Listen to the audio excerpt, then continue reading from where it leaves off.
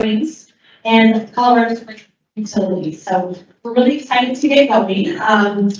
Thank you all for being here. Thank you all for participating online. And this meeting, just so everyone knows, will also be recorded and hosted on the city's website after the event. My name is Jen Schrader. I work for the City of Colorado Springs Communications Office. I will be your moderator today as we hear from this panel of 5 experts. And this kind of gives you an idea of how things are going to go today. And I'm going to give you sort of a rundown of our agenda. So this event, first of all, to let you know, is the first in a series of public events connected to AnnexCOS, the City of Colorado Springs update to its comprehensive annexation plan. So under Colorado state law, many of you might be familiar, that Colorado Springs is required to have an annexation plan to guide the way our city can grow. So today is the first of many public meetings we will host for AnnexCOS. We hope to see your faces and receive your input again. The intent of tonight is to provide education about annexation and growth in general. So what can we learn from others as we begin this process? We will not discuss any specific annexations or where the city should or should not grow specifically. We're going to focus on those topics during meetings in the future and in the months to come. So tonight we have experts to kind of provide that foundation for us as we all begin to learn. And I am right with you in learning.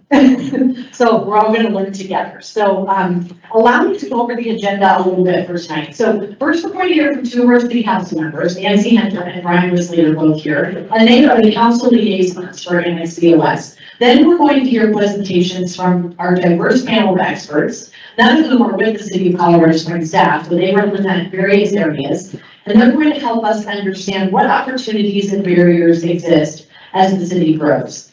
Each individual has some unique perspectives in key areas around growth. So once they have completed their presentations, then we're going to turn to your questions. So if you would like to present a question, hopefully you see some QR codes around the room, and you can fill out a short survey once you follow that QR code, and then you're given the option to ask questions. So we're very interested to know what you would like to know. Following the question and answer session, we're going to wrap up by hearing from our 2 liaisons to the AnnexCOS project from our planning commission. They're here tonight as well. Thank you both for being here, Andrew and Colby. So we're going to hear from them at the very end. So without further ado, we're going to get going. And whether you're a Colorado Springs native or you just arrived, or you're like me, you've been here for many years and you watched the city grow, I think we're all going to learn something new tonight. And I'm interested to hear about growth from various perspectives, as I hope you are. So now I'd like to start by introducing our city council members, Nancy Hendra and Brian Risley, to come up and say a few words. We can clap.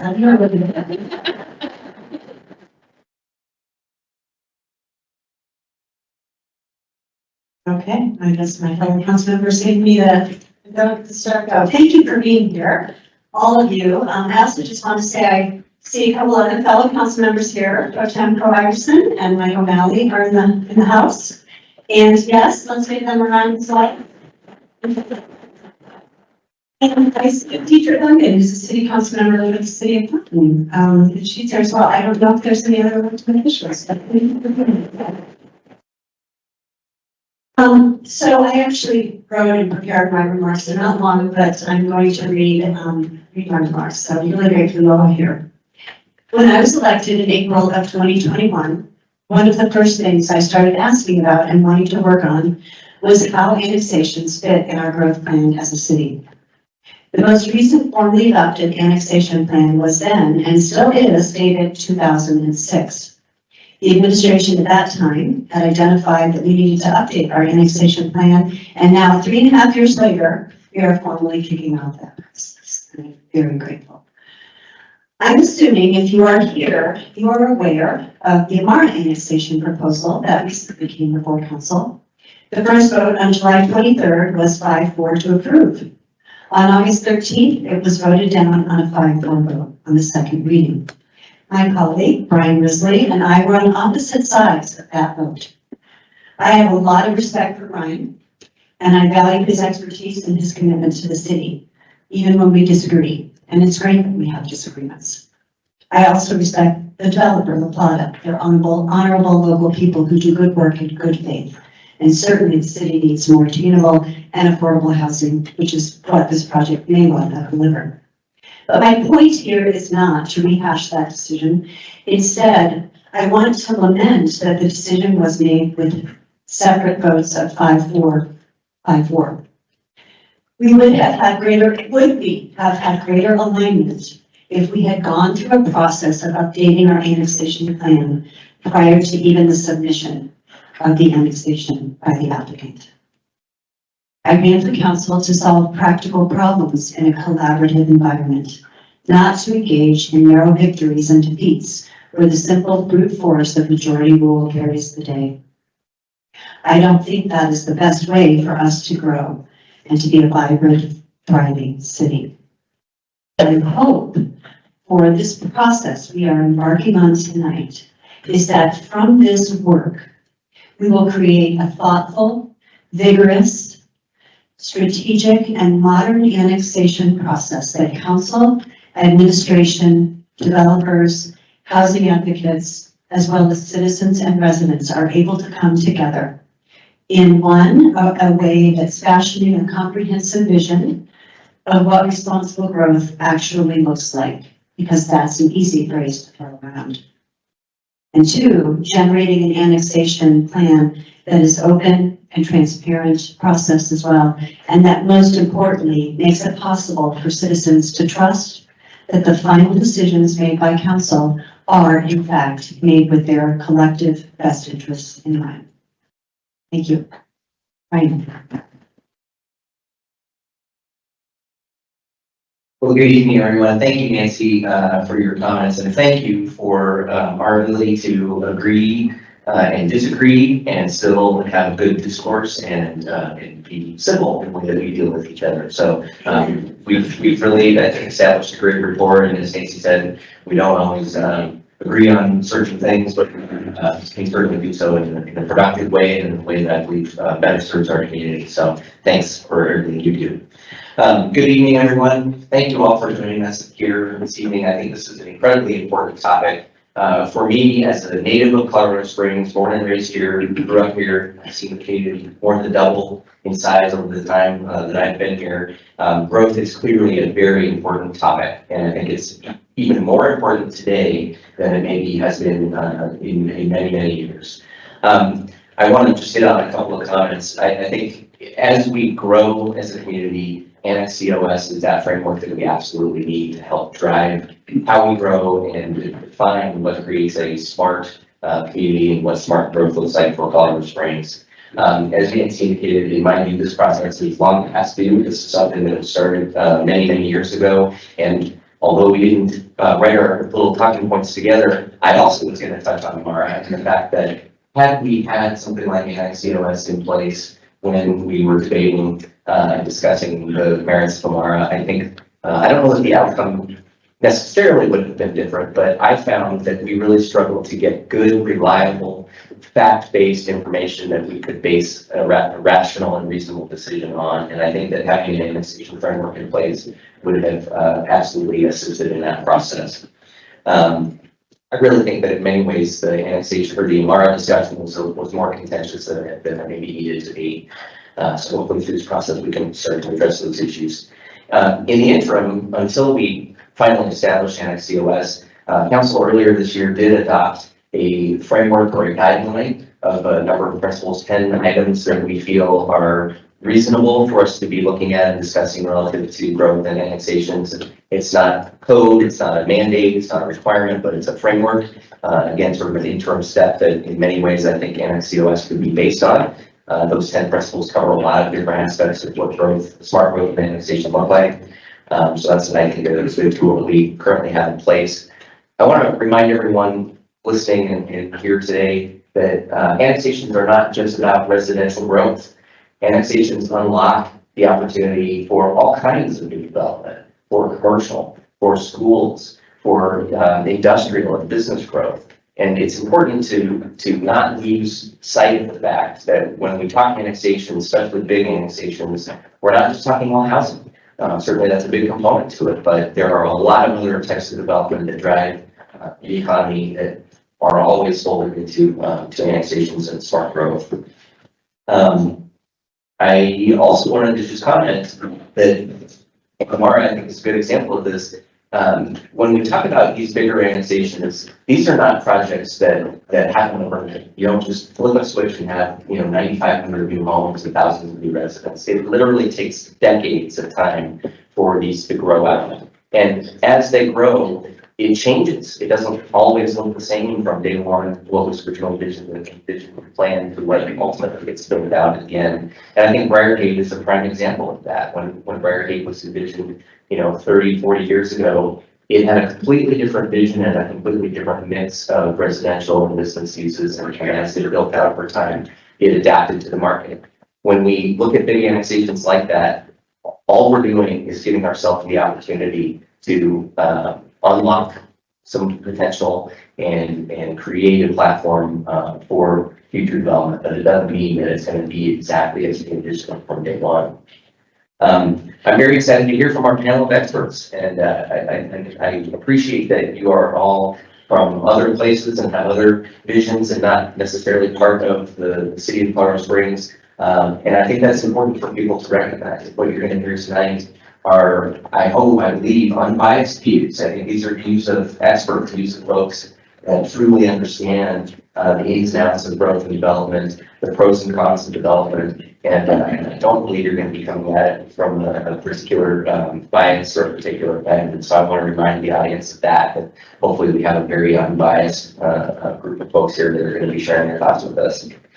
And for that, I also just want to, again, thank you for being here with us this evening, and thanks for your attendance, and I look forward to some good discussion.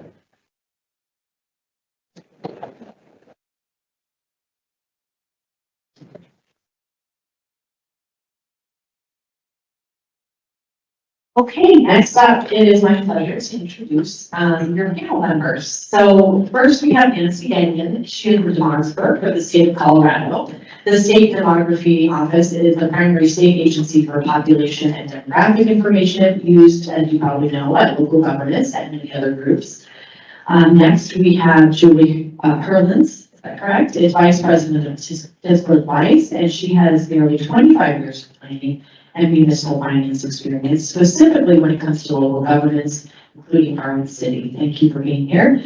And then we have Kelly Caulfield. She is the Executive Director of the Common Sense Institute, also known as CSI. She brings more than 20 years of policy, research, and advocacy experience to our panel. And Russ Sands is next, is the Colorado Water Conservation Board Section Chief. He has worked in the water industry for 18 years and is a champion for water quality and quantity. And last but not least, we have Mark Trammell. He is the principal architect and founder of TDG Architecture, more than 45 years of experience, and he has worked to develop the city's first mixed-use zoning policy, among many other things. So thank you all for being here, and let's have a quick round of applause for our panel members.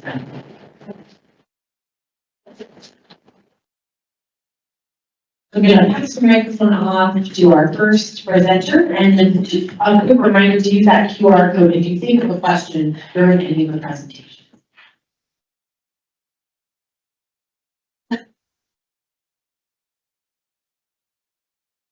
Okay, good evening. My name is Nancy Gagnon, and I am with the State Demography Office. And as Jen mentioned, we are a nonpartisan, non-policy, neutral group of data geeks. We produce the data. We are looking at data every day from all the counties in the state. And one thing I want to point out when I go through my presentation is that much of the information we have is for El Paso County, not necessarily for Colorado Springs.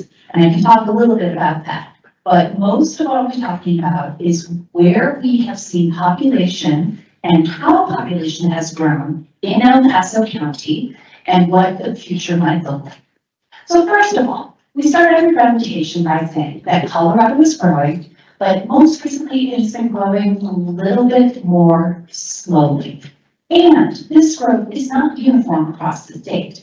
This map is showing all 64 counties of the state, and those that counties shaded red, orange, or yellow had population gains over the past 3 years, so from 2020 to 2023. And you'll note El Paso County is almost right in the middle and is bright red, meaning it has some of the largest population growth during this time period. In fact, the state as a whole grew by about 91,000 people over this 3-year time period, which was a 1.6% rate of change. And interestingly enough, El Paso County has the same rate of change at about 1.6%. So El Paso's been growing at the same rate as the state as a whole. And of this growth that occurred in the state, 13% of the state's growth was in El Paso County. Now, your population will change for 3 basic reasons. Someone's born, someone dies, someone moves in or out. And this chart is showing this for the whole state of Colorado for the past 53 years. Those blue bars are showing the change in population that is due to natural increase. That's literally births minus deaths. So every year for the past 50-some years, Colorado has added almost 20,000 people almost simply from births. Now, those red bars, on the other hand, that's showing net migration. People moving in minus those moving out. And the first thing I always point out is the late 1980s. That was the only time, okay, people remember the late 1980s in Colorado. That's the only time that more people were moving out than moving in. But then look at the 1990s, right in the middle of that chart. There was much in migration during that time. Almost 60 or 70,000 additional people moving in, minus those moving out, for 10 years straight. Talk about some population boom times. Early 2000s, though, our net migration really took a sharp dive, but mostly from the mid-2020s, mid-2000s, so about 2005 to about 2015, we had natural increase and steady net migration. But this idea that growth is slowing, you see that on the far right-hand side of the chart, where every year there's still positive growth, but the blue bars of natural increase are just a little bit less every year, and those red bars of the net migration just a little bit less every year. In 2020, the year of the pandemic, definitely really slowed down population growth for the state as a whole. Now, at the state demography office, we have the data for all 64 counties in the state. And so now we're looking at El Paso County. Some similarities to the statewide trend, that the natural increase tends to be more stable, more constant over time. But again, that net migration, it varies greatly over time. El Paso County saw some net outmigration in the mid-1970s and again in the late 1980s. But definitely in the past 20 or 30 years, has seen positive net migration. But again, like the state, we see on the far right that over the recent years, that growth has been much, much slower. One of the reasons for this slow growth is this decline in natural increase. Now, natural increase literally has to do with births and deaths. On this chart, we see the number of births in the blue bar, and for El Paso County, it's been rising almost every year.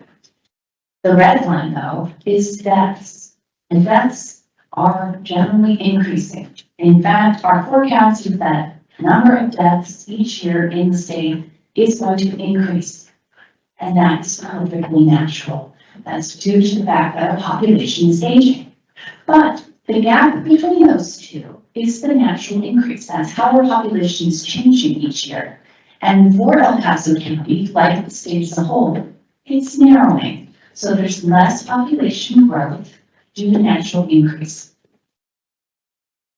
And the other thing that we think is very important when it comes to population is to know the age of the population, especially the age of those people who tend to move into the state. Net migration to Colorado has been characterized by net migrants who are between the ages of about 25 to 35. This chart is showing every single year of age across the bottom. So babies to the left, elders to the right. But we see this chart, this high peak of this is our net migration of people around the age of 30. And this trend has held in Colorado for the past 3 or 4 decades. Colorado attracts young adults. Now you can contrast that to a state like Florida or Arizona. They're a state that tends to attract older adults. Their chart would look very different. You would see a big uptick starting at age 50, 55, that their net migration is of older adults. Colorado attracts younger adults. El Paso County attracts a very specific segment of young adults. In fact, their highest peak age for net migration is about 20 or 21. And a lot of this has to do with the types of facilities and jobs that there are in El Paso County, namely the military. There's several military bases here, as you are well aware, and much of this in-migration to people who are either living and or working in these military bases is captured in this. They are very young adults. And if we were to separate this out by sex, we see that the vast majority of them are also male. But we're also, El Paso County is attracting some children, young adults, teenagers. So we are seeing some families getting from this net migration to El Paso County. Older adults, just like the state as a whole, it's sort of a wash. We have some coming in, some leaving, but we're not gaining a large number of older adults. This brings us to the overall age distribution of El Paso County. Again, we have every single year of age, so babies, 0-year-olds on the left, to 90 and over on the right. And like that, mimicking the net migration age distribution, the peak person, the single year age that there are the most of in El Paso County is about 19 or 20. There are more 19-year-olds in El Paso County than there are 60-year-olds, than there are 30-year-olds. This idea that births statewide have actually been declining, but that is not the case in El Paso County. We saw in that previous chart with births that the line just keeps going up. In fact, the peak number of births in El Paso County was in 2017, just 7 years ago. Time keeps flying. But that there's still a larger number of babies being born in El Paso County. Contrast that to the state as a whole, where peak births in all of Colorado occurred in 2007. So there's still, don't see this drop off in age that we see in the state. We still have a fair number of children residing in El Paso County. But looking to the future, we have some short-term projections and long-term projections. And right now we're looking at a 10-year projection. What does the population of El Paso County as a whole look like in about the year 2032? So 2022 is the last year we have for age data. So looking ahead 10 years, if we take the babies that were born last year and age them 10 years, they're going to be between the ages of 0 and 17. So we're anticipating growth of the children population in El Paso County to be about 7.4%. An additional almost 13,000 people. Now, the total population of El Paso County, we are forecasting to increase about 15%, which is about 111,000 additional people. But these different age groups are changing at different rates. Look to the bottom of this chart. In terms of the rate of change, we are going to see the biggest change in older adults. 75 to 84-year-olds, that population in your county is going to increase nearly 68%. 85-year-olds and over, that population is going to increase 62%. Big rates of change, but relatively smaller numbers because they are smaller populations. But this idea that Colorado as a whole, and we saw that the county as a whole, does not net attract those older adults, that change that we're going to see in those older adults, they already are here. They already live here. In 10 years, they're going to be 10 years older. So people who are currently 55 in 10 years will be 65. So some of these big rates of change we see for these older adults does not mean that there's many older adults moving here. There may be a few, but it's people who are already here having birthdays. But if the population changes in the 18 to 24-year-old age group, or the 25 to 44-year-old age group, that would be due to that net migration. Because we know Colorado and El Paso County does attract people in those age groups. So we think it's very important to see how your population will change, not only in absolute numbers, but by age, because age affects everything. It affects how you spend your money, where you may want to live, whether we need to be building more schools or more senior centers. That concludes my remarks, and I'll pass it now on to Julie.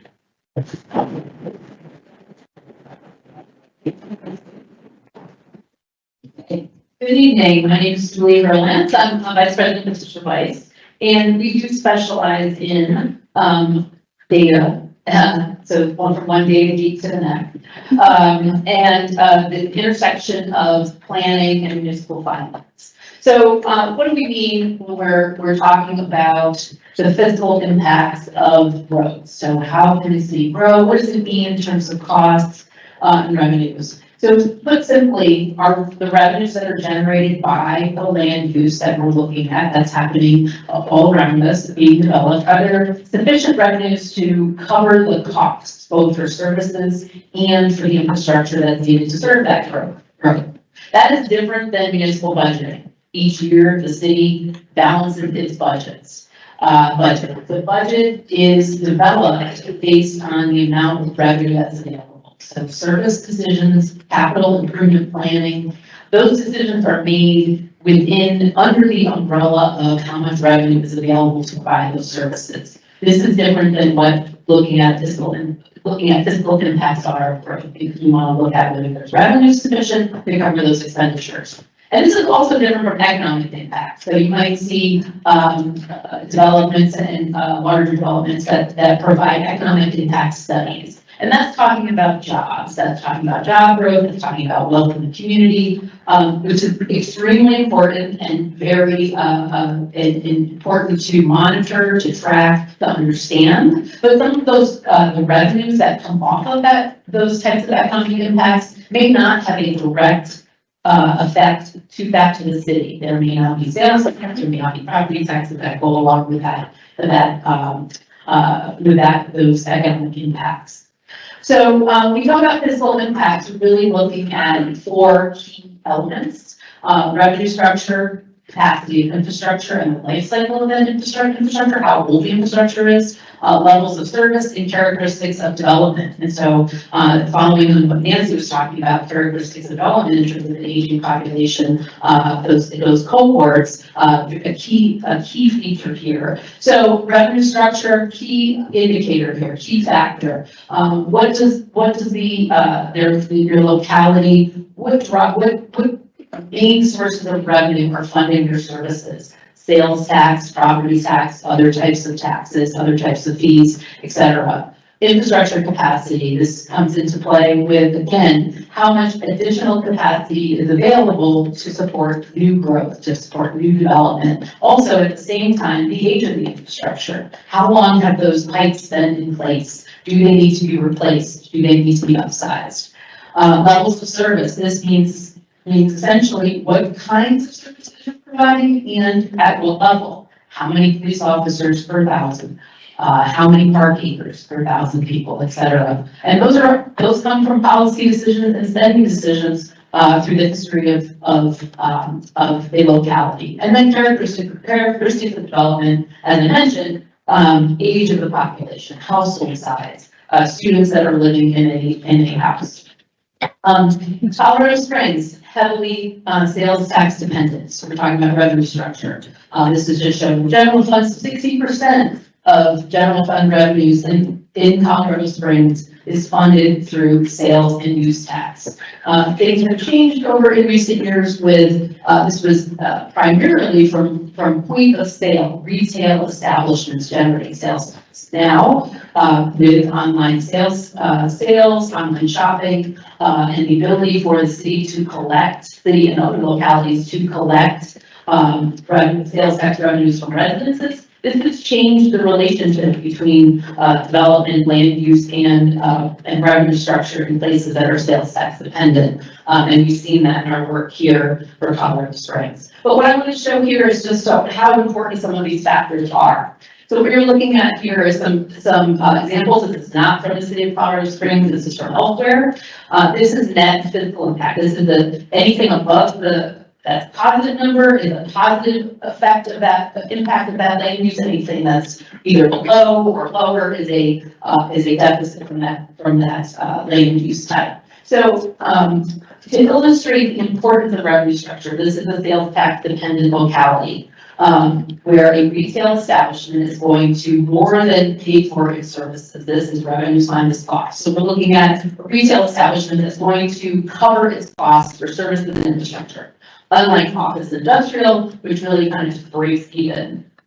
Contrast that with a locality where you have a local income tax that's based on where the job is located. So in this case, the retail establishment and retail land use is not going to generate sufficient revenues to cover its expenditures for services and infrastructure. On the other hand, office and industrial in this case will, because those jobs are going to be higher paying. So again, comparing these two in terms of understanding how revenue structure affects the bottom line for a locality. We talked about characteristics of development, ages and household sizes, etc. Again, not from Colorado Springs, but an example of some residential land uses where with very different characteristics and the type of housing unit that we're looking at. One with a large home and empty nesters, high value, fewer people, generating sufficient revenues to cover its expenditures. Contrast that with move-up homes and starter homes, which have larger household sizes, lower values, and they're not generating sufficient revenues to cover their expenditures. And also, I should point out too that a lot of times conventional wisdom on residential development is that it doesn't pay for itself. Again, it depends on characteristics of development, revenue structure, etc. So in this case, we did find distributing large homes with fewer kids generated sufficient revenue to cover its expenditures in this case. And then I mentioned infrastructure capacity. So this is again not from Colorado Springs, but another community where we're looking at that orange bar is the bottom line impact. But the key here is that in this case, we were testing expansion of growth within a service area where there's utilities and infrastructure that could handle the growth. And then the other, contrasting that with growth beyond the service area where there was a need for expansion of infrastructure. And so in this case, there was about a $50 million cost savings for development within an area, service area that had infrastructure that was sufficient, that was usable, and that had the capacity to handle that growth. And then finally, thinking about just in terms of a way to look at the timing and pace of growth. So we're talking about how Councilmember mentioned that when things growth may be proposed at one end and then might change over time, and those things change. So an analysis can look at year over year what kinds of services and infrastructure are needed to accommodate the growth that we're assuming, that we're modeling. And you'll see here that, well, in the aggregate, there may be positive fiscal result or negative fiscal result, but in the short term and medium term, there might be these real impacts for infrastructure and operating expenditures that occur again in the short term, which may not be feasible from a municipal finance perspective. And then finally, a lot of words here, but there are a lot of questions that can be asked and addressed in a fiscal analysis, particularly when it comes to annexation. We talked about some of these things already, but in terms of how do the demographics, economics, and behavioral trends, how does that affect a locality's ability to pay for their services and infrastructure? I mentioned retail sales tax. the effects of consumption and the way that folks are spending their dollars, where they're spending their dollars, the increase or the emphasis on cultivated retail, and restaurants and bars, et cetera, that really has changed a lot of the impacts we see in terms of the interaction between land use and fiscal results. Again, coming back to the aging population issue, how will that affect services? What will that mean in terms of service and infrastructure that's needed to accommodate those changes? What is the relationship between land use, and we're going to hear about land use considerations and density and options for different types of housing provision. What does that mean in terms of fiscal impact? Does higher density lead to better fiscal results or not? It really does depend on what types of conditions we're looking at. Location is also a key factor. How far out do we need to extend our infrastructure? We talked a little bit about that already. And then again, kind of bringing this specifically to the question here about AnnexCOS. All of these things come into play, but also what are the startup costs to provide services for existing development that's in potentially areas of the annex? What are the ongoing costs to serve existing and future development? And are there, again, sufficient revenues to pay for those costs? But then finally, what is the cost without annexing to serve what we've coined shadow citizens, those folks that maybe are using facilities and services that the city's providing, but maybe not providing revenue to directly support those services. So all of these questions here, to me, are fascinating, and hopefully you all find them fascinating as well.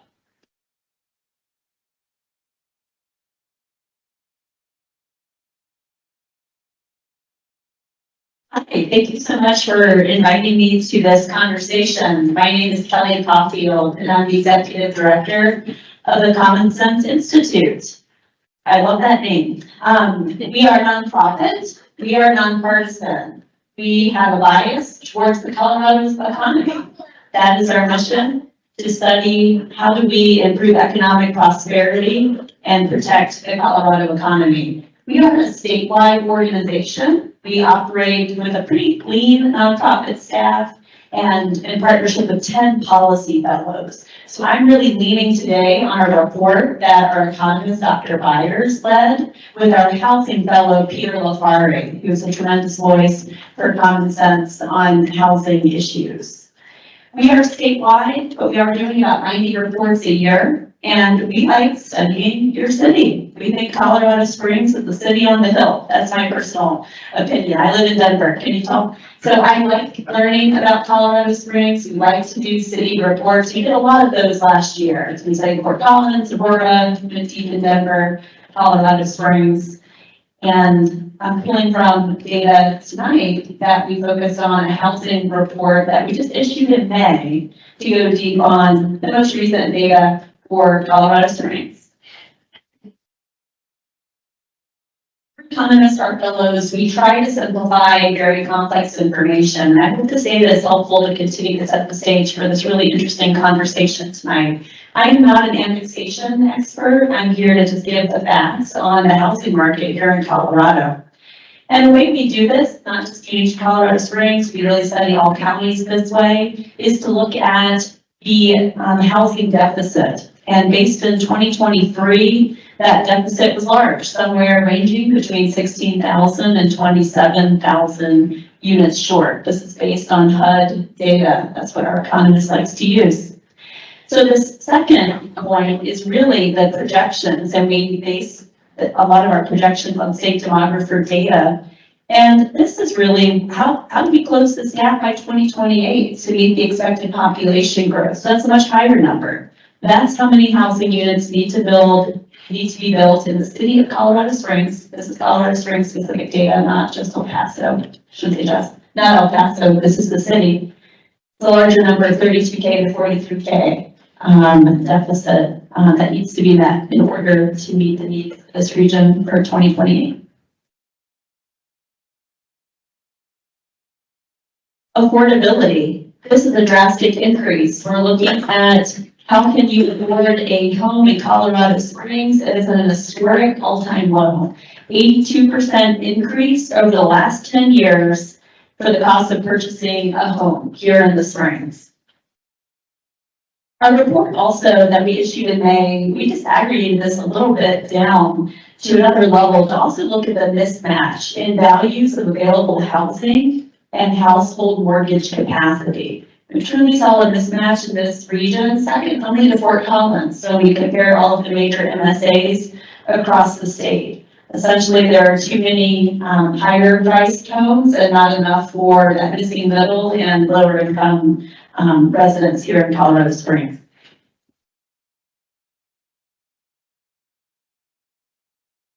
Juggling a lot of things in my hand right now. How am I doing?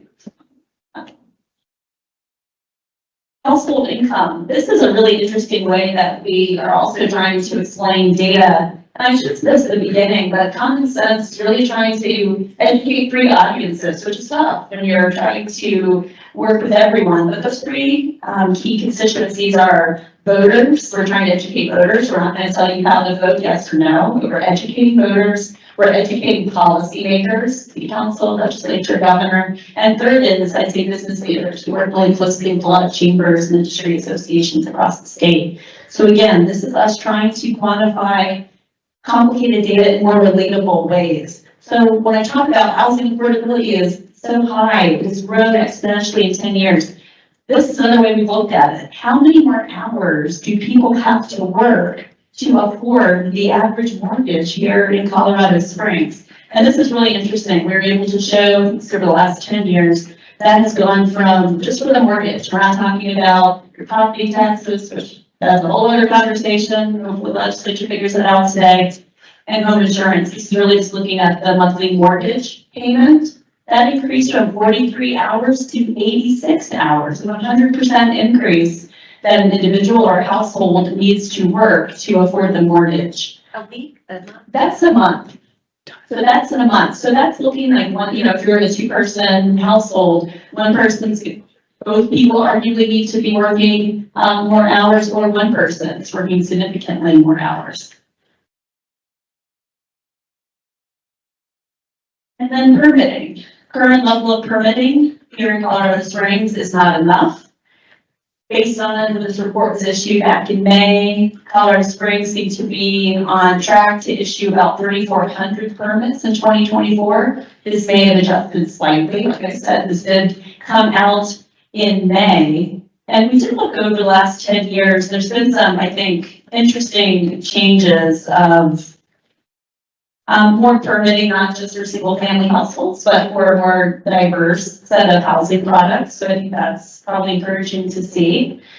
But we're estimating that in order to meet that deficit that I talked about a few slides ago, the city is still about, 6,000 to 8,000 permits short each year in order to meet that larger goal.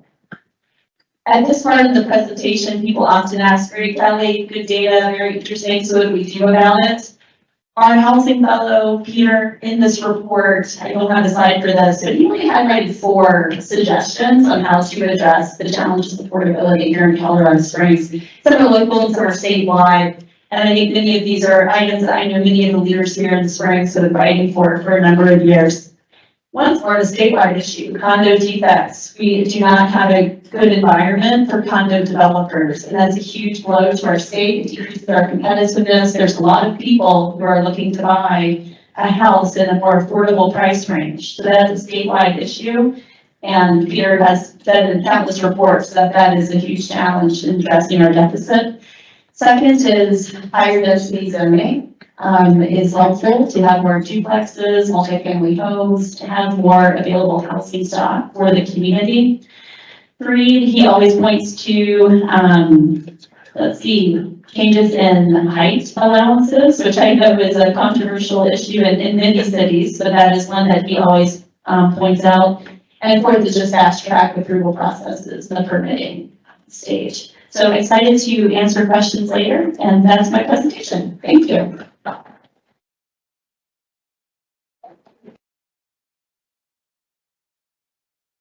Good evening, everyone. Thanks so much for having me. Russ Sands with the Colorado Water Conservation Board.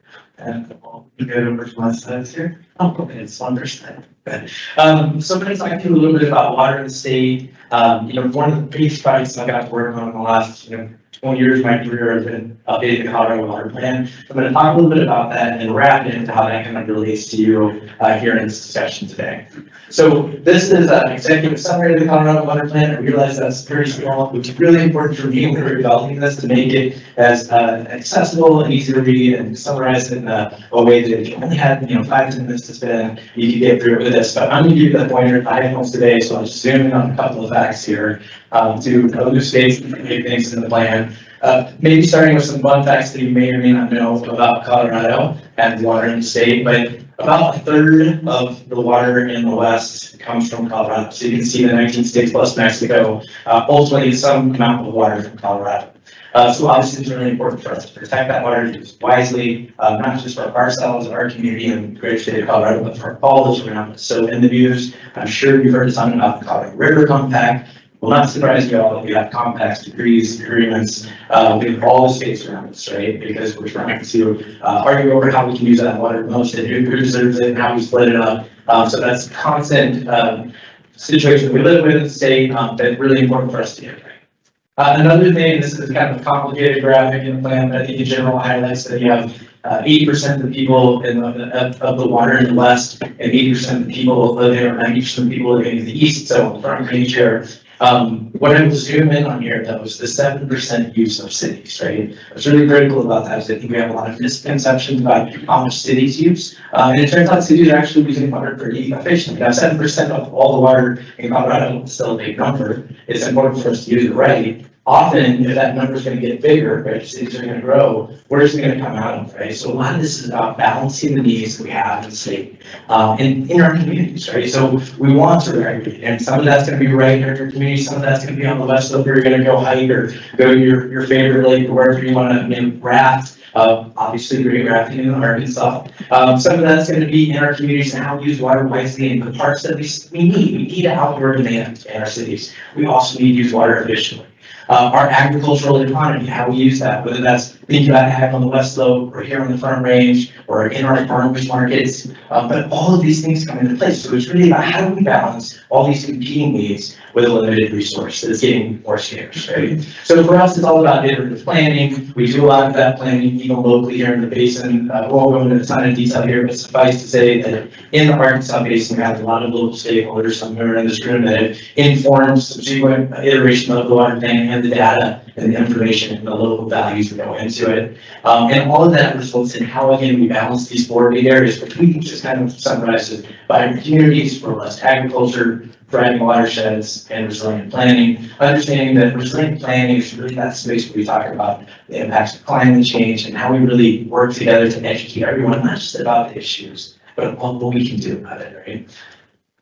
So it's all about risk. What are these risks? Well, one is the one I explained, right? It's how we balance all these competing needs. Another is thinking about what's the future water demand we're going to have in the state. So we know that in our worst case scenario, we're going to look at various scenarios or various versions of the future, if you will, that we're going to have different demands. But at that highest demand, the zero middle population, the highest population scenario, highest climate change scenario, that we're going to have about 740,000 acre feet of water need per year in Colorado. Right? And to put that in perspective, that would be almost a doubling of the current demand of all cities in the state of Colorado of having had that need again, right? Another way to think about that might be the size, roughly the size of our largest reservoir state. But we don't need it in one place. We need it kind of spread out through the state, which is the challenge.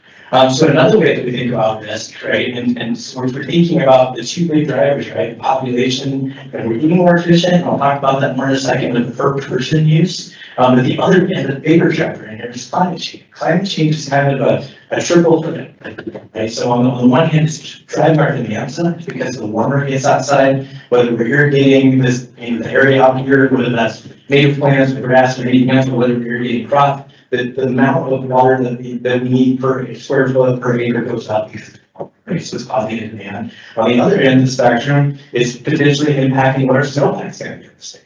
And it's also to change the timing of when that runoff comes and really have some seasonality changes for water later in the year, particularly late season. We're going to have drier season, we'll have earlier runoff. And the third way is it just makes our weather patterns and our climate more erratic, right? So we talk about these big extreme events, and a lot of this would be no stranger to you, but we look back into what I kind of think back to 2002 kind of time frame. We're talking about one of the biggest droughts we had in the state. The entire state was impacted. We had our largest fire in the state, about 100,000 acres, a Haman fire. And then on the heels of that, some flooding, especially on the Burnstown area, that caused a lot of disruption, really even further reduced supply in some of those reservoirs in the area. For you all in this community, I think a lot about 2012, 2013 is such a pivotal year because 2000, we're told that this is like a 100-year drought, and here we are just a decade later with the same thing, persistent drought across the state, and now we've got more fire issues right here in this community. Obviously, had Boulder Canyon fire, and then you end with a very wet year where we got all of the rain that we usually get in a year in 1 week, and we'll have the largest flood in the state in Boulder County. So this is persistent, this trend, right? And it just comes back to how do we balance all of these risks with all the things that we want to see in our community and really support those equally so that we're not building one at the sacrifice of the other. So a lot of this comes back to local innovation. I see somebody changed my color on my side. I like that. That's very nice. Thank you. So keys to success, and I had these fade in, but I think it bears some time here to think about if we know our population is increasing, we have to use water more efficiently. It is not uncommon in cities across the state to see a reduction from in the last 20 years of maybe 28% gallons per capita day, so the per person use, right? 28% would be like a Aurora number. Denver, Pueblo, 32%. Here in Colorado Springs, 41% reduction since 2001, that's massive, right? With the continued investment to say, how can we get more savings and continued investment in conservation that is going to help us offset growth, that's going to help us allow us to, so it's such a huge piece, and they're backing it up by walking the talk, right? So it's the things that they're doing to invest in a commitment to say, hey, how can we make this growth not kind of the full sacrifice of agriculture? How can we work to share water and not just take it? That's so important. These are all elements that we talk about in the water plan that here in Colorado Springs and Colorado Springs utilities, they are doing, they're enacting, if they are not leading. So native grass, how can we transform our landscapes in ways that are increasingly efficient, right? This is so important. We hear a lot about turf replacement, and it's kind of the shiny thing right now. At the end of the day, it may or may not save as much water, but it depends a lot on the irrigation changes of what you replace it with. Colorado Springs Utilities is driving that forward with leading on native grass, not just in this community and the adjacent communities, but for the entire state. How do we build conservation from the ground up? When you're talking about growing a community, you think about, well, we're gonna build new houses. I just heard that. We're gonna build a lot of new homes. How do we build those efficiently? How do we build in conservation from the beginning? The very first EPA license labeled home in the United States was right here in Colorado Springs. And they have continued investment in over 40 conservation programs that they're sustaining since 1999, which is pretty impressive. So, the rate structures are a part of that. This community is talking about that. That's an important one to really think about because money incentivizes conservation. And we also, on the other end, it penalizes wasteful use. And that's a very important piece of this. There's also some other cutting edge stuff, Colorado Springs to look at how do we reuse water better? Can we do some innovative things? Can we take wastewater and turn that into drinking water? Partner with a local brewery to improve your model and have a microbrew that's produced from recycled water. These are all the kinds of innovations that we have to double down on to realize our best future and balance all those competing needs. So I think my last slide here, maybe not, leave it alone, I guess. It's just to say, what is your role in the water plan? Because these are all things that Colorado Springs Utilities have done. You arguably had a role, our electeds for sure, supporting many of these things. But what is your role? What's your role at home? You have the power to support these things. Some of them are going to be fun. You're going to get a rebate or something. That's exciting. Some of them you're talking about rate increases for your water bill. Not so much. But AnnexCOS is providing these pilots that investment to give you clean drinking water and to invest in these conservation programs. We need that support. What are you doing at your home? You don't have to wait for a rebate to conserve water. So as we have these conversations, my ask to all of you is imagine your role. Thanks so much.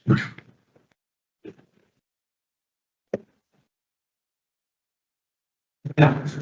Next one's going to be more excited. I never would. My name is Mark Trump. I've been in town for about 33 years. I've been an architect here for about 42 years. I've been a father here for whatever, 36 years. So this comes importance. How we grow and how we find a healthy form is how we start to think about how we can always have a better community. We know people are coming, we know why, and now we know even the age group, right? We've got that one down.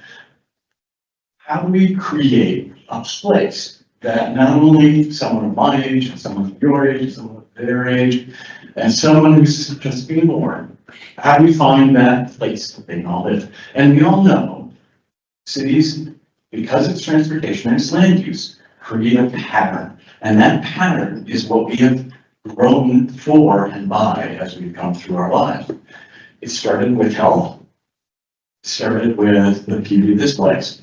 It should continue with that. So as we start to talk through what and how we change, we want to make sure that people who are coming here still have health and they have beauty and they can rely on it. And we can rely on each other. We have to start from the beginning. How did we first started? Railroad, 1900. Take a look at this, 3,800 people per square mile. Walk along. Horses, 3,800 people. Wow. It grew. We still have density of the group. Similar, now we have streetcar. We still have horse and buggy, and we still have the horse's carriage just starting. It starts to grow out. Here's where everything changed. And this is what we have to prepare for, another change similar to what we saw here, right? All of a sudden, this is a train, we get the interstate highway system, we all get our individual cars, and suddenly we can live farther from our work. And by the way, we can get to our work the same time that it took us to walk or take the car originally, right? So 1,800 people per square mile, and we can still get to our job, we can get more everywhere at the same time. Again, how we're bringing all these edge cities, by the way. No cities have them. It's the next new road. It's that next from Union to Circle to Academy to Howard's. It all has started and started to grow. And you can see the density continues to fall as we grow. Our pattern of growth expands. We love our space. We love elbow room. And by God, we're getting it because we're free Americans, we deserve it, right? So we are using it. We're using it all. And we're still using it all. Now, something interesting is starting to happen though. The density has started to go up. Now, there's a couple pieces to this, but we think because you start to see all these things, like I start to grow. We start to see people living closer together. And are we happier doing it?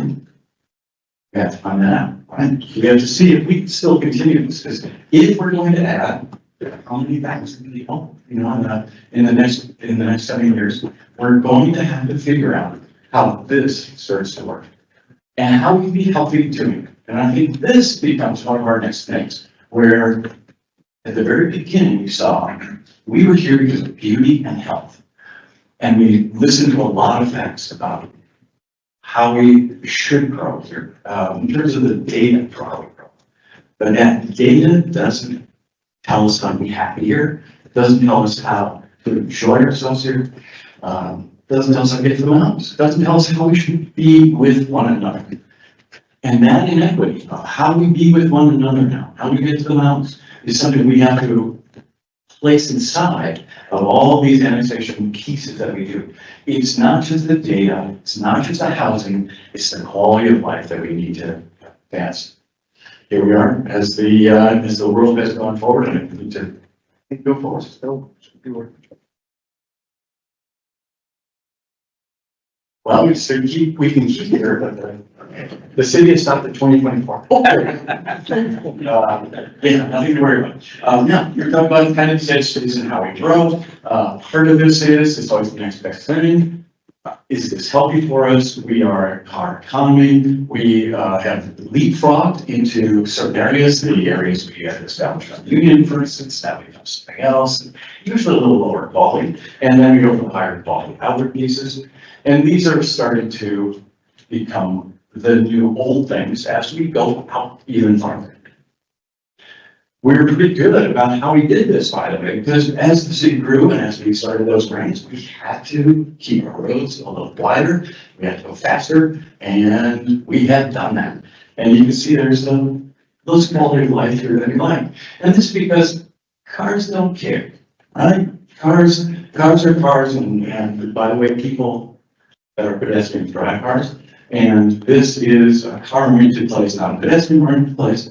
And we got to start to take a look at how to change that. Because this is ubiquitous in the United States. This is Hollow Springs. But this could be anywhere. This is 100 cities in the United States.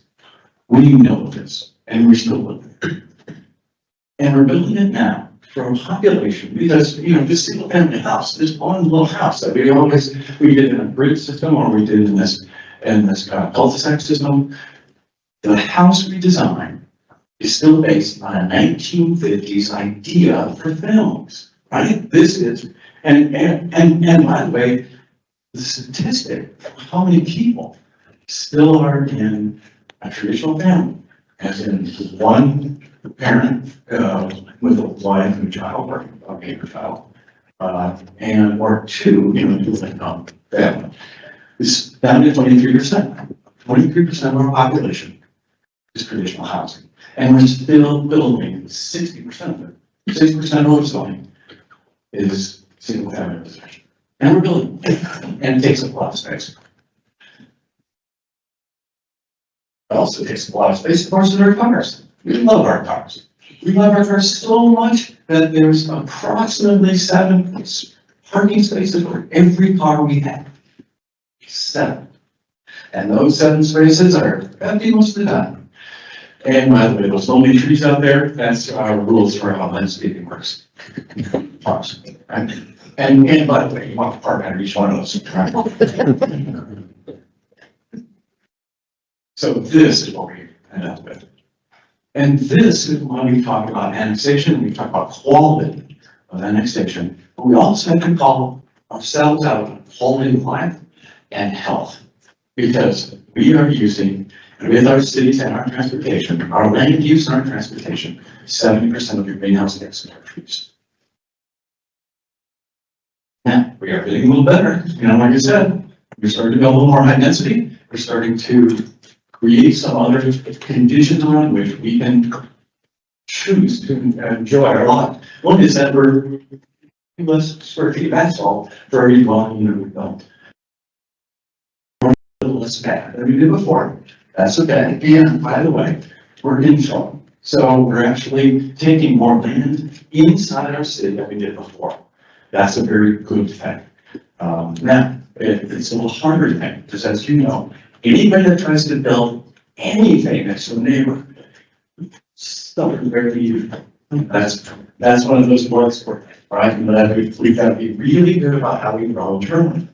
But we have to grow internally, we have to grow externally, probably, because we still need thousands of people to join us. So, this is where our city lies now.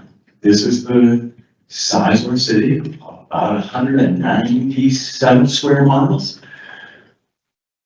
You see the ring effect as it goes down. As we were talking to the planning director earlier, we were very fortunate because a lot of how we grew was actually in ranches, which gave us these big tracts that we could actually plan and develop correctly. Now, correctly is kind of the word we have to deal with at this point, because are we really going to continue this traditional manner of building? We have other choices. And you see them up here, where on the upper part of this slide, there's the housing that we usually build, which is a very low density. And then we start to see this grid system. Now, this grid system we started with. But we start to see how it works as we develop it further. And it's a modified grid that you see down below. But what it does is it can combine a supermarket, secondary store, all these residential houses and this business park, and we can put them in that grid. Now, the grid gives us a little healthier living condition. Believe it or not, there was a study that somebody did, I can't remember which institution at this point, was that the more intersections of streets that we have per acre, the healthier we are. We have less diabetes, and we have, fewer heart attacks. And that's just because we can get around, we can walk, we don't need a car. Getting into a car is a healthy thing we can do. We love our cars. It's the least healthy thing we can do. And it's the least healthy thing we can put in our houses at the end of the day when we're done using those toxic materials are our cars. This grid system may become a pattern in which we need to start working again, right? Where we can start to say, listen, we can place all these things closer to one another. And by placing things closer to one another, including ourselves, and if we do it beautifully, like many countries in the world have done it, we can live healthier. We know we can. We can also narrow our streets. And our streets can become us again, people. A lot of vehicles, a variety of vehicles this time. And Copenhagen has done this. In the 70s, Copenhagen was closed up at night. Nobody went downtown. There were cars everywhere. By now, 80% of the population are on bicycles. I don't recommend that yet, but I just want to let you know. We also talked about, there's a wonderful piece that Kelly had talked about, because Kelly hit all the things I'm trying to hit. Missing middle. The grid system tends to give us areas that are a little smaller that we can actually start to peel off other types of housing. And other types of housing that fit together better. We have examples of that because they're older, right? That downtown, but at scale is Colorado Springs. Old Colorado Springs, or Old Colorado City, is at scale, it's about right. In like Manitou, you have a little higher density office and public spaces, and then it starts to flow out into 3 places, 4 places, the same family houses.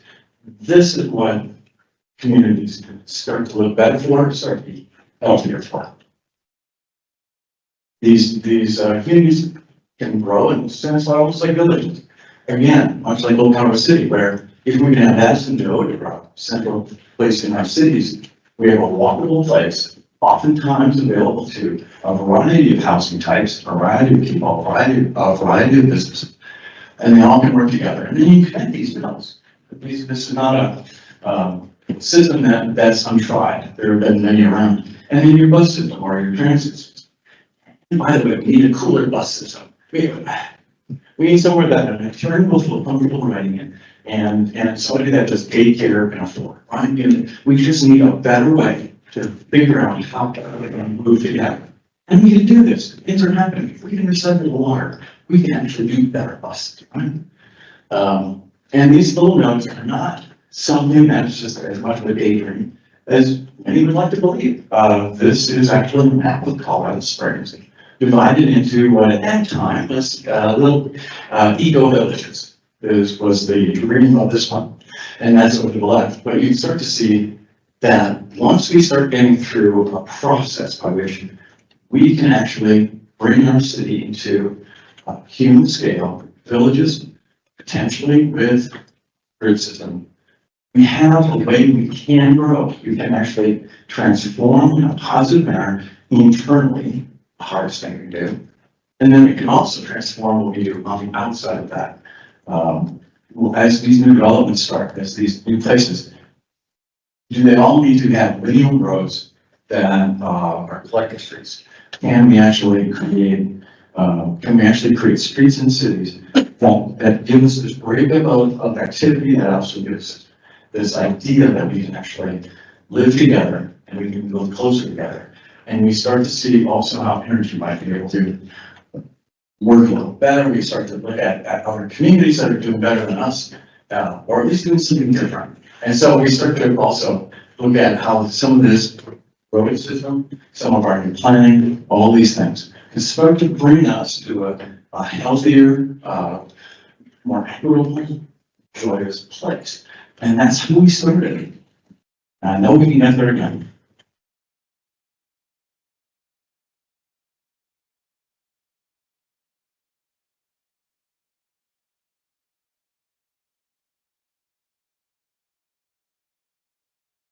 you all so much for your time, your expertise, great presentations, and get ready for some questions now. I hope you're ready.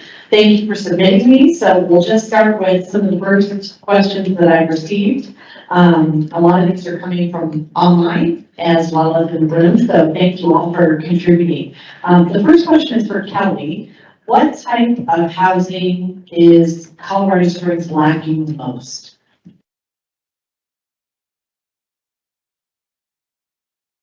There's a second part to that question in here. You know, I would honestly have to go through our report a little more closely on that, so I'm not sure if anyone else in the panel has that level of data. The other question is, what would make more affordable housing options available? Yeah, well, I very clearly went through 4 policy ideas that our data suggests is the way forward, so I'm happy to recap those. You know, we talked about reforms when it comes to the condo market. Again, that is a statewide limitation that did ban in one house in the Colorado legislative session earlier this year. It failed in the Senate, if I'm remembering correctly. So move forward nicely. That I think is a huge limitation in this housing conversation. The other was higher density zoning. How do we create an environment where more multi-family homes, complexes, duplexes can be more inviting into our community? I would focus on those 2. And I'd be happy to point to our Colorado Springs report to get into more of the details on the specific housing units, because I believe we did disaggregate by where we are permitting wise by every single housing product. I do know that 10 years ago, the permitting was, I think, 80% single family homes. And in 2023, give me one moment to look at that. When we looked at it again, let me find that. 50% of permits were for single family homes and 50% were for multifamily. So that's a huge shift. So I think the city's moving in the right direction. Thank you so much. Mark, the next question is for you. How could we address the fear and rejection of growth with annexation, infill, and redevelopment? Taxation. I think part of it is as adding the quality. I think that where it's not just data, I think it's adding quality to what we ask in our annexation. And that's this idea that whatever we develop, we're realizing we're no longer separating different age groups, different income levels as we grow. And I think that's an economic decision that as a market-driven city we have to make. I think it's also an economic decision that the government we have to understand, because we know a market-driven annexation, or sorry, a market-driven development is given us. It kind of uses the same thing. I think as we start to move forward, we will eliminate some of that fear and anxiety when we understand that as we grow, we're going in a good way, not in a detrimental way. Not making it a bad word. Thank you so much for that perspective. I wanted to share some of the Mentee results that we're getting from the survey. So the question on the survey was, what are the most important factors to think about or ensure we provide as we grow? And these are the top 3 answers from this audience, and also those online. Number 1, water and utilities. Number 2, housing options. And number 3, traffic and roadways. Not a shocker, but wanted to share those results about what this audience is thinking. So the next question, I think really maybe any and all of you can answer, whoever's comfortable, but it is, how can the city and region grow in a sustainable and resilient way when it comes to whatever you were speaking about? You know, for example, wastewater. Well, I'll kick it off and then happy to pass it on. But I really like what you just said. I think it is about kind of balancing the ratings moving forward. I mean, the conversations like this are exactly the things that we call from the market and have a robust local discussion when decisions are being made, because it doesn't typically happen at the state level. It happens right here in your community. So as we're looking at planning, I think you have an enormous voice, not to just to say game day ups. I mean, again, your utility folks probably made it easy on you by saying, yes, it's not a, do we have the water now? We have it. It's more about how are we going to grow and really do this in a sustainable way that balances all the things. So if we're growing, we're putting medians and wall-to-wall grass, that is an old way of doing things. It's not really serving our communities, especially as they get bigger and are getting warmer. So how do we make those, low water, really focus on meeting all our needs, provide space for pollinators and habitat and more trees, right? I think it's really about coming to the table with holistic thinking and not really a single source issue, right? I mean, I'm a water nerd, admit, but when we get down to it, you really have to balance all the things. It's what we talked about, the energy use, the quality of our communities, the health of our communities, and water in our communities. And you want to talk about in terms of how can the city and region grow in a sustainable and resilient way? Because the other questions kind of were related to housing and then fiscally, and then also in terms of transportation and land use.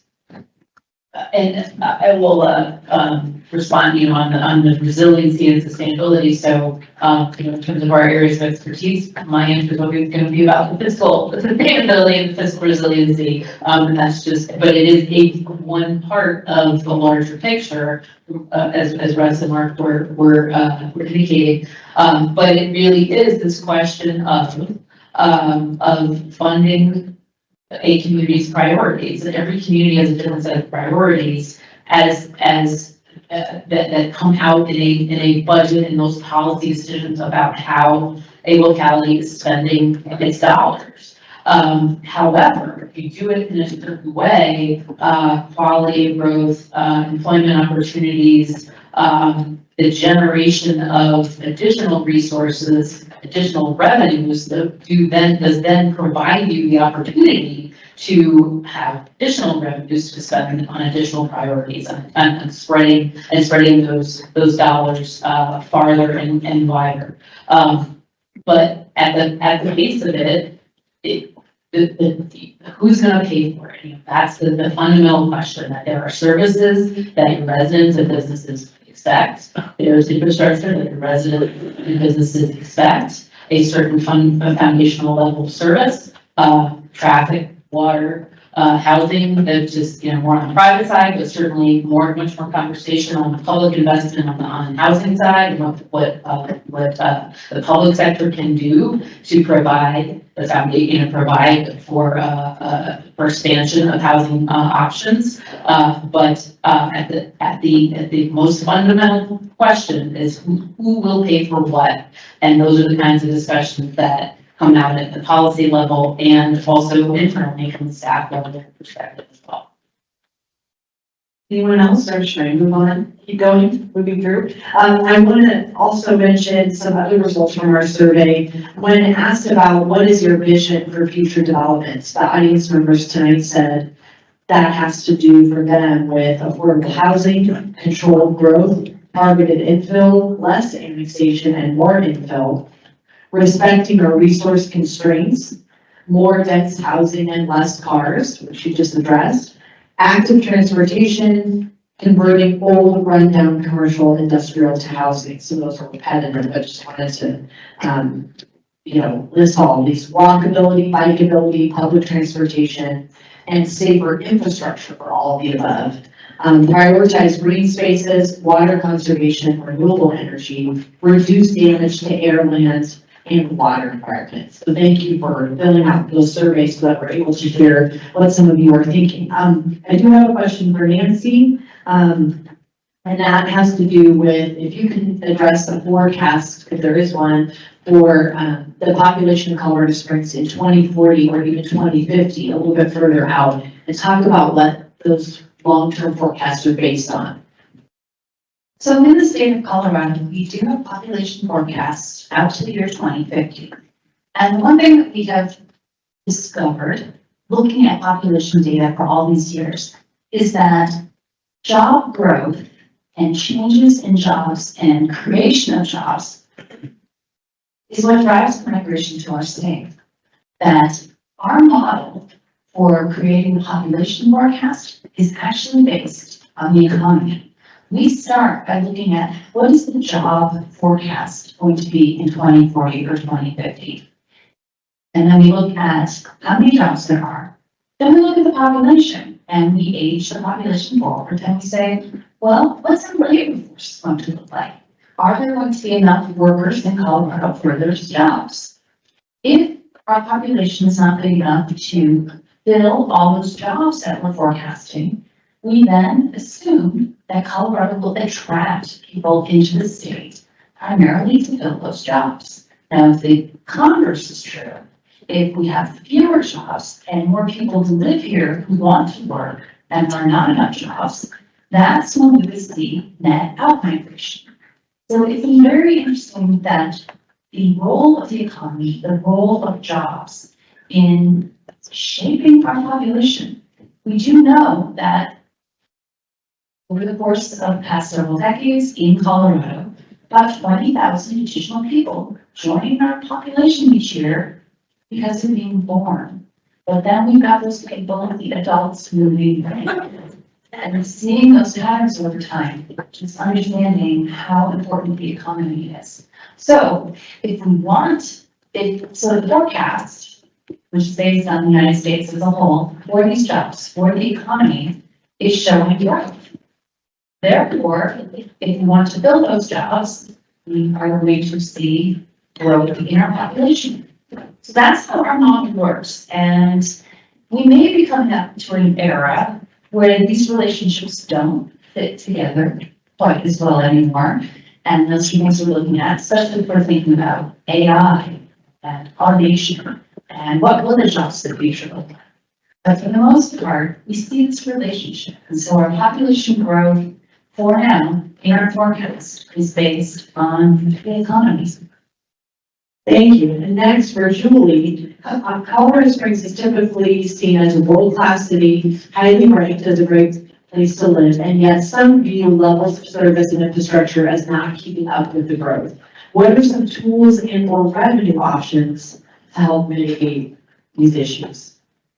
Yeah, thank you. It's a good question, and I think it follows on what we were just talking about in terms of those policy choices. So yeah, I would agree. The Colorado Springs appears on many, highly ranked places to live, great places to live, and to raise a family, good schools, good infrastructure, the closeness to nature and the ability to recreate, all of those things, good employment base, and a highly skilled workforce, highly educated workforce. All of those things come into play. So the question about levels of service, infrastructure, quality. So my first response, and this is going to come across as kind of wishy-washy, but it is this kind of, those are policy decisions. This is how, again, elected leaders over the years have made decisions about spending dollars, what those priorities are. And it is really a matter of perspective. We work across the country, and so traffic in one place is not traffic in another place. It's really about what you're experiencing. As Mark mentioned, this sort of the quality, what you're perceiving as the quality, what you're perceiving as your day-to-day experience. However, there is, and as again in terms of I'm spoken like an economist on the other hand, that there are things for this role for the public sector to help to mitigate those things. One is planning like this, the comp plan effort, to initially planning for annexation, having these kinds of discussions. I think we brought this up before, having these kinds of discussions that provide for the public's involvement, both public meaning small p, and the public, capital P, of the government's involvement. And so then there are tools, one of which the city has embarked on recent years, just recently, impact fees, that are a way for to capture the growth's share of the cost of infrastructure. Not a panacea by any means, but sort of one policy direction, one way to sort of mitigate those impacts from growth. There are lots of others, lots of other tools out there that a lot of communities in Colorado use, metro districts, special improvement districts. where that ties the impact back to the user of the services of the infrastructure. But again, those are policy decisions and policy choices about who should pay for what. And what kind of, again, and what levels and what kinds of services, what kinds of infrastructure, what is the values and the commitment of the community. Great insight, thank you. So more survey results to share.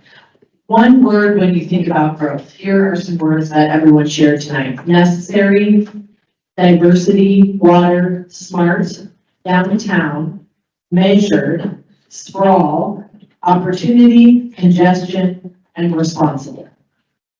Good job.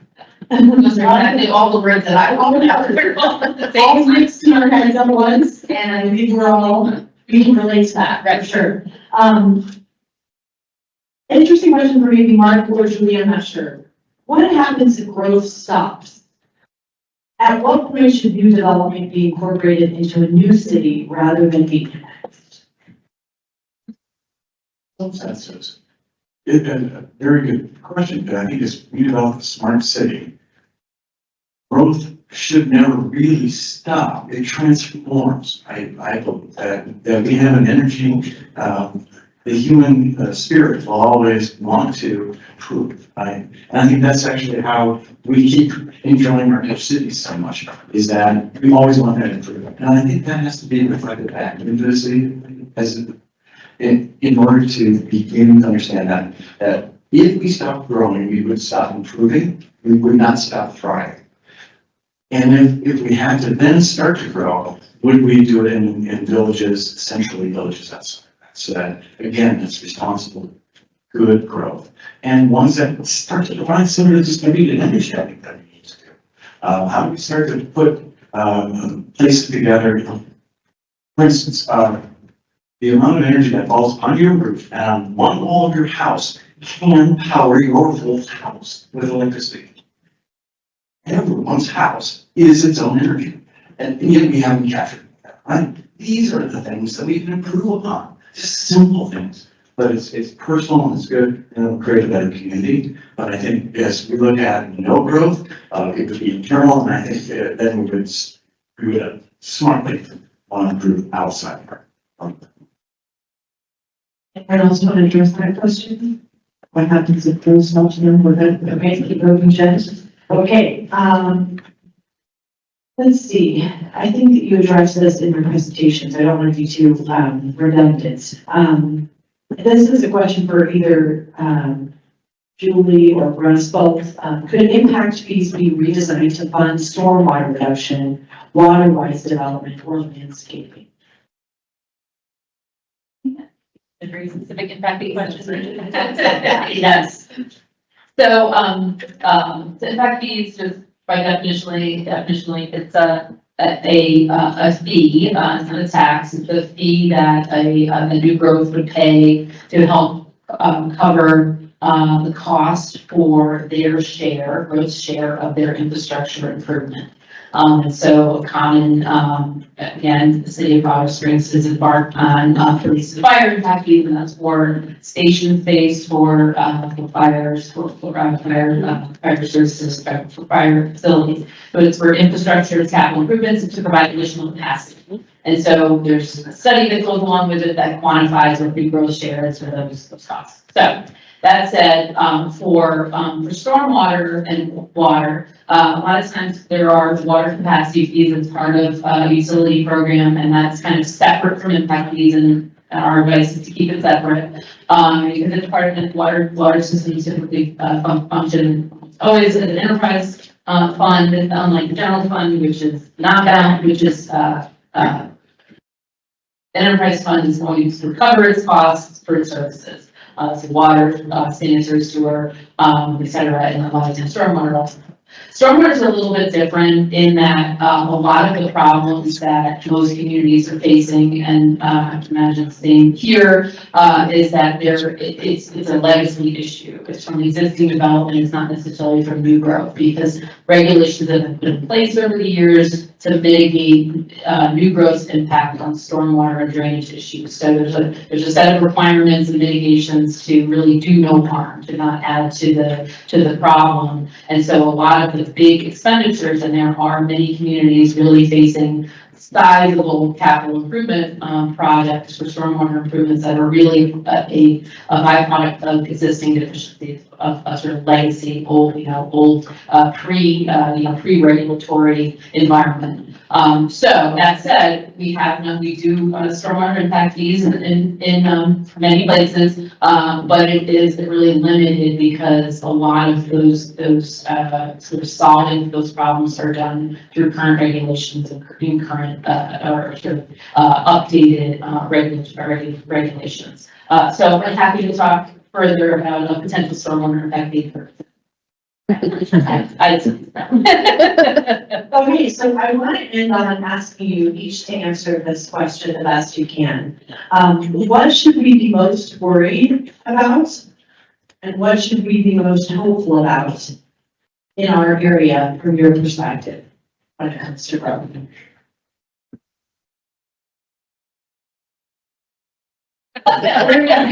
We're being hopeful and not hopeful. These questions about,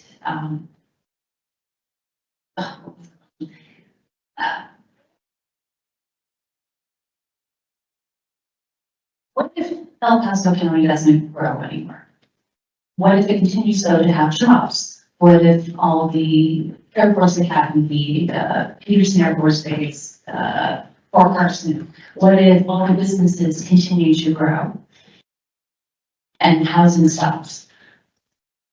What does that do to Pueblo? What does that do to Elbert County, Teller County? Other places may decide that they're open for new residential construction. Then what impact does that have on your roads if people still are coming into the county, into the city for jobs? So part of it is just to remember these relationships and remember that you're not in isolation. Currently, when we look at employment and the labor force, many of the jobs that are in El Paso County are filled by El Paso County residents. So there's not as much people leaving to commute out to Denver or to Pueblo or someplace. But there's a lot of people who live and work here. If the jobs continue to grow and residents don't, that will shift that balance. And that's a choice that we're discussing today. But just to remember some of these interrelationships, that housing units don't exist in a vacuum, jobs don't exist in a vacuum, that everything's connected.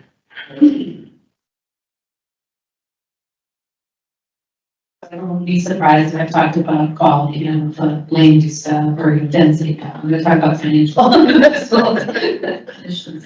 Yeah, so I would say the biggest concern would be, and within the context of Colorado Springs, your revenue, you're pretty limited. You have one of the most restrictive revenue structures in the state with Tabor and and an additional sort of layer on top of that here. So there's a real constraint here in terms of revenue generation. As you saw, the sales tax is king. So it's this kind of both concern and hopefulness, but the ability to collect, this may be very specific, but the ability to collect online sales tax from point of sale, which is now at a resident, and to recapture that in a way that's pretty robust. The increases in revenue generation and revenue back to localities here in the state have been substantial. COVID beyond, it was sort of started during COVID after Supreme Court decision. So anyway, hopeful on that side of things, but always is going to be, and to getting to the point of maintaining those levels of service and infrastructure.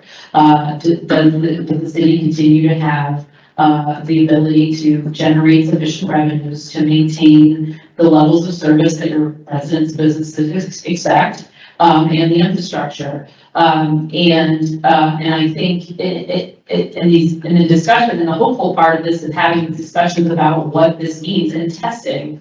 You know, I'm an analyst at heart, and so testing those things. What does that look like when you do a growth scenario for an area to be annexed? What does that look like? What does that mean in terms of the direct revenue generation and the cost to provide services and the cost to provide infrastructure? How is that going to potentially change over time? And those things can be tested. It's not, there's assumptions that go into it, and so study, there's assumptions, but there's then discussion that comes out of that to start to think about what do those changes mean, both from a land use perspective, from a service perspective, from an infrastructure perspective. And those are the kinds of discussions that you all can continue to have and make decisions and well-informed decisions off of that. I think in terms of limitations, I think I would go back to some of the data I was presenting on the value of available housing here in Colorado Springs versus mortgage capacity. And again, our report was showing that there is a huge challenge here for the shortage of housing valued below 300,000 and an excess supply, it's a large range, of home valued between 300K and 1 million. So I think that's why, you know, I'm hearing about apartments, like I understand, and there's demand on the lower side of mortgage capacity, so that's a continued challenge and an excess supply of higher priced homes. That's what the data shows. In terms of what I'm hopeful for, I started my conversation saying that Colorado Springs is a city on the hill from my perch in Denver, as things are smelling from my backyard like every other week. Things are going well. You will continue to have better, you know, you perform better in homelessness and crime and your less, you know, enforcement. It's not perfect. I don't need to talk in a Pollyannish way. I'm talking about the data and how you compare to other large jurisdictions. You're doing a lot of things right. That's what I'm hopeful for. And our report concluded really in applauding the city for doing so much community planning. I know that started with Mayor Southers. It's continuing with the current mayor, Mayor Lavalade. And I think that's the right approach. We ended the report saying, go with the land of the willing, you know, start with those communities that are demonstrating openness to gentle density zoning conditions, such as lot size, setback reductions, and to continue to work with them in your next phase of community planning here in the city. Hopefully we stay on that track, that right track. That's right. So I guess I would look at it as the mirror sides of the same issue, but, you know, the fear that we're not going to collaborate and hope that we will. You know, to me, it never works out well, especially in big planning efforts, when you come in with a siloed approach to something. And it makes sense to me on my personal life, right? Like, how well has it worked out for any of you to just focus on work and not on your spouse or your children, right? I believe I can be a good worker and good father, right? Like, we don't have to sacrifice. It's not a zero-sum game where one thing rules over all. It's balancing. Balancing means there's going to be compromise. It's not always going to be equally comfortable. But if we think about all the things that we read off that part of, like, the things that are priorities for people, we can have all those things. We can have safe communities. We can have growth. We can have more density, but quality, right? We can provide rain gardens that are taking on water from floodwaters, that are also conserving water during a drought, that are also providing fire breaks when there are fires, right? We can have all these things, and we can find ways to fund it that are sustainable for everybody and really distribute that. I think fairly among the people that are using less and using more, and really build our communities in a sustainable way if we work together. So that's my hope.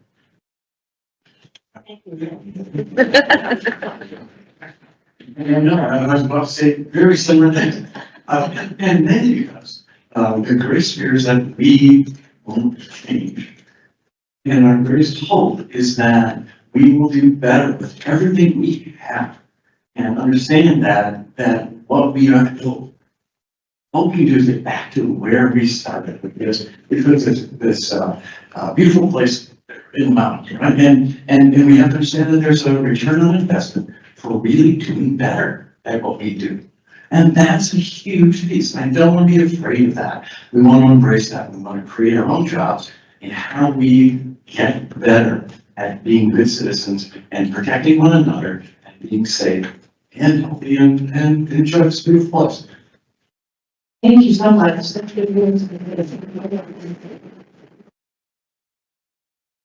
Anyway, so I would like to, hand the microphone over to a couple of representatives from our planning commission. They want to end, or I don't know if they want to, but they have to. Boris, here to come and speak.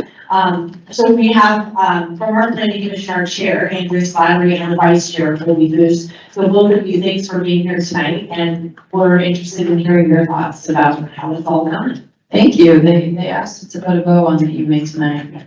So, I'm Andrea Slattery. I'm the chair of the planning commission. Colby is our vice chair. So what that means is we're citizens just like you. We've been appointed by city council to be, to listen and be that voice that says, yes, this development makes sense. It fits the criteria that we've established, and, it should be approved, or no, it doesn't. It doesn't fit the community, and let's not do that. So we're the first voice, and for annexation, we're the recommending body to city council for those same efforts. So in the last 5 years, the city's made a lot of progress with plans COS, neighborhood plans, what's the vision, and then UDC code changes that came into effect within the last year that allows for some of the density and flexibility of land use changes that can help move our community forward in a way that serves us and the next generation.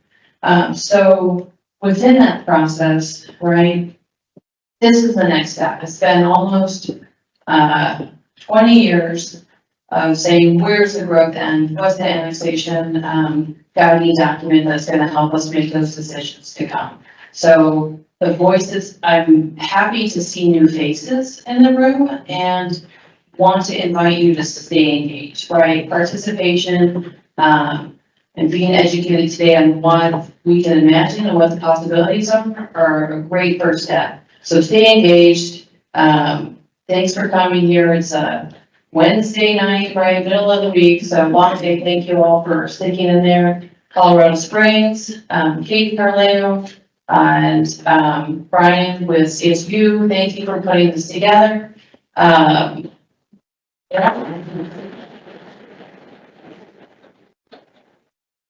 Our partners at UCCS lent us this space, beautiful space here. Thank you. Our panelists, really great diverse perspectives and different hats. So a lot of, I enjoyed it, and I hope that you did too in the audience. It's a complex, there's no right answer. So I think that if you can take one thing, it's that your voice is essential to figure out what the right answer is for our community. And as we lay the groundwork, and we're just getting started, there's going to be more of this, and I'll pass it to Colby, close out. All right, thanks, Andrea. Once again, my name is Colby Foos. I counsel member Risley. I'm a lifelong native of Colorado Springs, El Paso County. Seen a lot of changes, and I've learned a ton tonight, so thanks to the panel. I've seen the change myself, but I also learned a lot tonight, so I get it at some time. Just a few quick closing notes. The city is committed to a transparent and inclusive process. We encourage you to stay engaged, ask questions, share your thoughts anytime you can. And we'll continue to provide opportunities for you to learn, engage, and contribute your ideas. I think there's going to be more public meetings coming up, things like that, so stay tuned for those. So the timeline, obviously there's some next steps there, and we expect this plan to be finalized in the next year. And while we continue to go through this process and the development of the plan, there's some more important opportunities for the public to get involved, namely even when it gets to the final stages of planning commission hearings and city council hearings. Stay informed if you haven't already, please visit coloradosprings.gov/AnnexCOS. Sign up for updates to receive the latest information and announcements. Tell your neighbors, friends, anybody you can. The more we can get engaged, the better this process is going to be for our city, our citizens. And with that, please don't hesitate to reach out to the city with any questions or concerns you have. We're here to listen and work alongside you throughout this process. And with that, I want to thank our panel, city planning, our elected officials, and most importantly, all of you in the audience for coming out. You truly have demonstrated your love for your city by being here tonight. So thank you. Thank